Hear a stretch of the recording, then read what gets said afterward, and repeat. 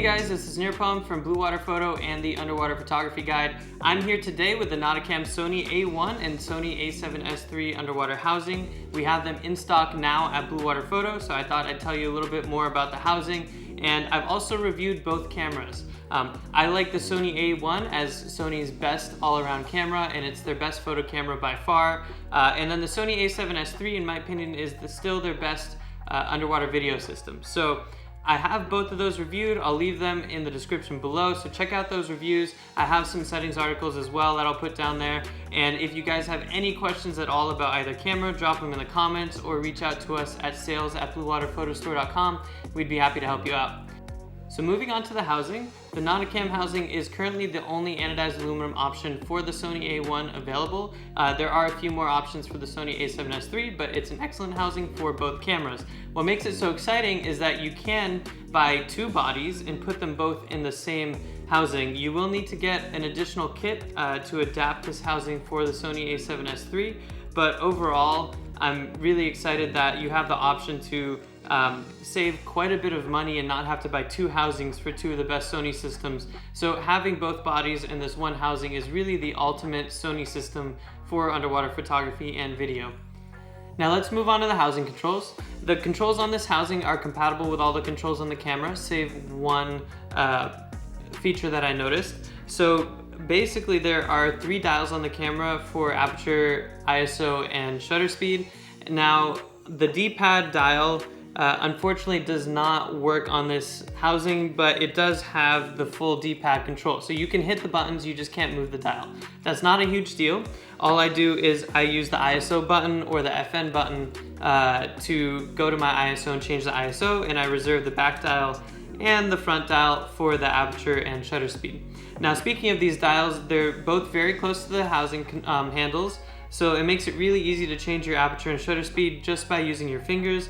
And the same thing goes for the record button, the back button autofocus, and the shutter button. So it's very easy to use back button autofocus because all you have to do is pinch, you back press with your thumb for the autofocus, and then you hit your shutter.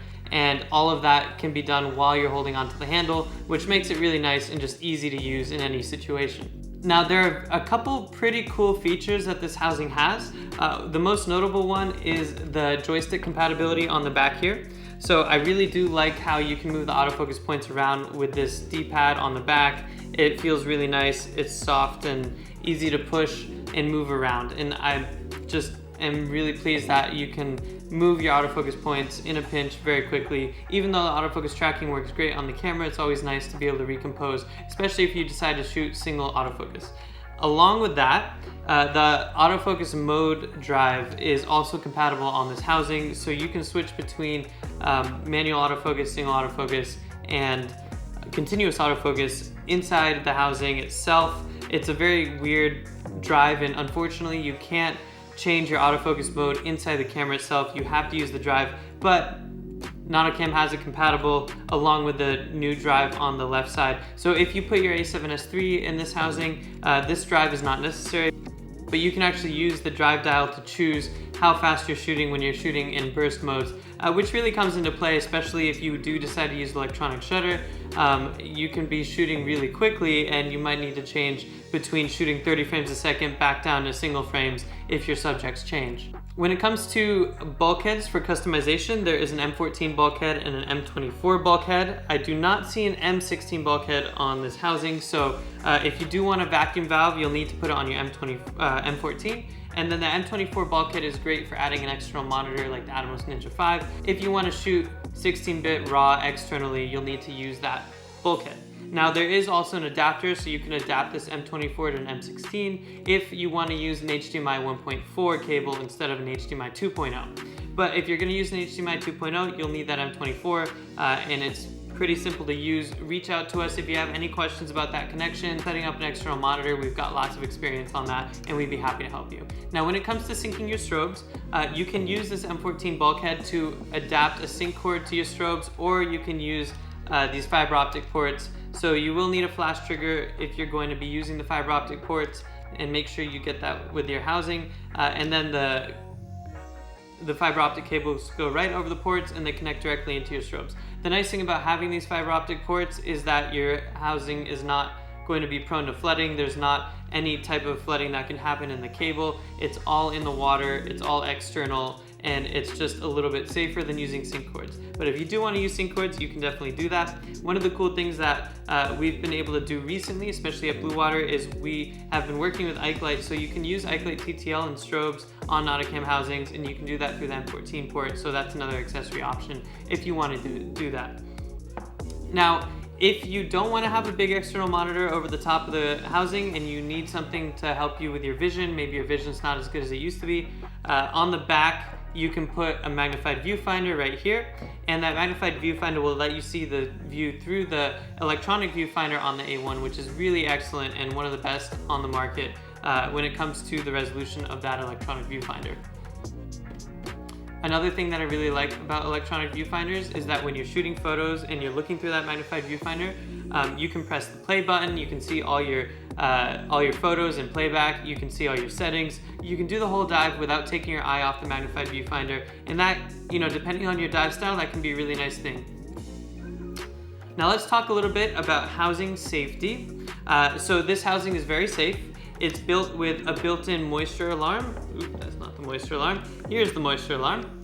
And it also has a M14 bulkhead, so you can put a Nauticam vacuum system on here if you want the vacuum for extra protection. I do recommend it because you'll be able to tell if that vacuum seal is holding before you get in the water, so you know if there's any problems even before you get in the water, and that's why I like having my vacuum system. But if anything does go wrong, the moisture alarm is audible. I have saved a camera in a Nauticam housing. When I heard the moisture alarm, there's a hair in the seal. So it does save cameras, and it's a really nice feature to have, and it comes built in with this housing. Now, Nauticam has two patented systems for opening up the housing and the ports, and I really enjoy using both of them. They're both very easy to use. To put a port on and off of this housing, it has a patented locking system where you have to actually press the locking lever and then move it out to take the port off. But it also makes it really easy to put it on and off, and all you have to do is push the port on, lock it, and you're good to go. So that's pretty easy there. Now, when you're putting the camera inside of the housing, all you have to do is undo the latches on the side. You do have to press the lock buttons, so it's very difficult. It's near impossible to actually accidentally unlock it underwater. And then you just open up your housing as so. The camera will go onto a tray right here, which actually locks into the housing. So you put the camera on the tray, lock it in the housing, and this is the inside of the housing right here. You can see how much engineering Nauticam puts into the ergonomics when you look inside. And then I just wanted to note that you have a battery right here for the moisture alarm system. You have a battery right here for the moisture alarm system and the vacuum system, and all your electronics built in. If you do get a flood, you might have to replace your electronics, but it depends on how bad that flood is. It's worth having in there because it really has saved cameras. After you're done loading up your camera, all you have to do is place the back on, push it in, and lock, and that's it. So finally, when we're talking about this port system and this housing, it's compatible with most Sony lenses and most Canon lenses with the Metabones adapter. If we have a port chart on our website, but if you have any additional questions, make sure you reach out to us at sales@bluewaterphotostore.com, and we'd be happy to find the right system for that lens that you're using. And finally, I did want to note that with Nauticam housings, one of the main reasons to get a Nauticam housing is that Nauticam has some fantastic optics out there. So if you want the best wide-angle rectilinear optics, you can add a WACP, WACP2. There's even a bug-eye lens that Nauticam produces, the EMWL. Anyway, that's my overview of the housing from Nauticam for the Sony A1 and the A7S III. If you guys have any questions at all, make sure you drop them in the comments below. Reach out to us at sales@bluewaterphotostore.com, and we are definitely happy to help you out. As I mentioned, we have this housing in stock. We've dived extensively with both cameras, and we'd be extremely happy to pass our knowledge on to you. With every housing that you buy, you get lifetime support for the system, and in return, you're also supporting our content. And with that, I look forward to seeing all the awesome photos and videos you guys get with this housing.